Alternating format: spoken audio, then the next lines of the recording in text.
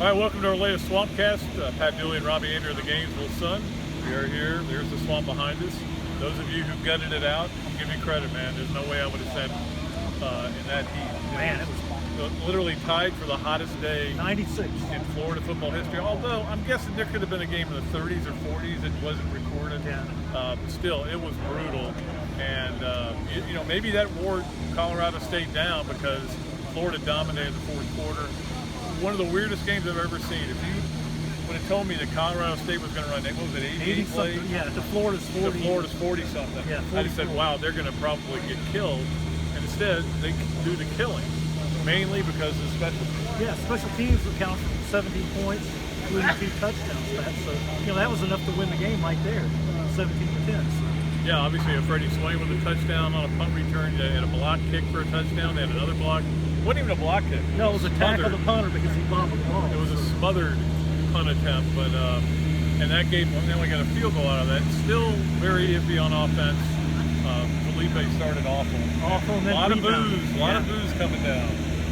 But the thing is that, and actually Dave Mullen was saying, like a week ago, they came out of this game with a lot of things they have to work on, but now you get to work on it with a smile on your face instead of the gloom of a defeat. So that's the big difference. Yeah, and they kind of found the team that kind of the level of football they look good against. Yeah.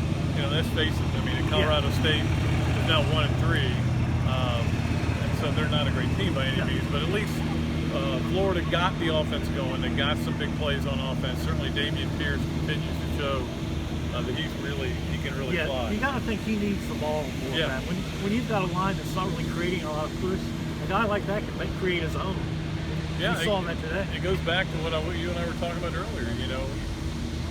There are guys who love to be football players, and there are guys who love football. There's a big difference between them. You've got to love the game, and you've got to love what you're doing, and continue to practice that way, and continue to perform that way in games. But this is a team that's still a huge work in progress. Yeah. It's going to take a while. You know who loves to play football? Those guys in special teams. Yes. They played like it, and the result was 17 points. That's what we talked about in game one, Robbie. How the more you do on special teams, the better you do. You're going to get in the game. Yeah, James Houston played a lot. Yeah. The more you buy in, the more you play. You're right. But continues to be injury problems. Malik Davis, we'll see how he's able to come back from his injury. They don't know exactly the extent of it. And a lot of guys got banged up in this game. At one point, in fact, on the only touchdown Colorado State had, I don't even know if Florida had in the second. The secondary was totally depleted at that point, so it's no surprise. Yeah, they've got some guys there that are, and again, they picked on Trey Dean a little bit. Yeah. A true freshman making his first start. They picked a little bit on Ryan Edwards. Yep. So they've still got a lot to do. Long way to go. As Dan said, a lot of work to do. And I agree with what he said. Look, this team is still, it's in game 3 with this system, with what they want to do. It's not game, and I wrote about this week, this lack of stability here is part of the problem. It is. Be patient. Let them build it. Let them build it. It may not be, look, they're not winning these, okay? No, I think we've established that. But let them build it, see how it goes. Maybe it'll get better as we go forward. I'm still not sure about Felipe.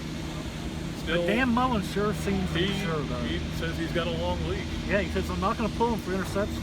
He's got a longer, his leash is longer than the fans. Yeah, the leash, they don't even They're ready to get him out. They're holding him by the collar. But I even told you, Robbie, at the end of the first quarter, I said, this may be the week I write that Felipe's got to move on. I mean, not move on and transfer, but maybe they need to go to somebody else and see what they can do. But then he rebounded, finished real strong. Played well. Yeah. So that's why you give him a long leash. That's right. So we will see what happens next week. We'll be back with you next week, of course, to preview the game against Tennessee. It used to be a big game around here. I don't know how big it is anymore, but it's still going to play. You want to win it. That's the bottom line. Absolutely. Until then, Pat, Dooley, Robby Andreu, the Gainesville Sun saying so long from the swamp.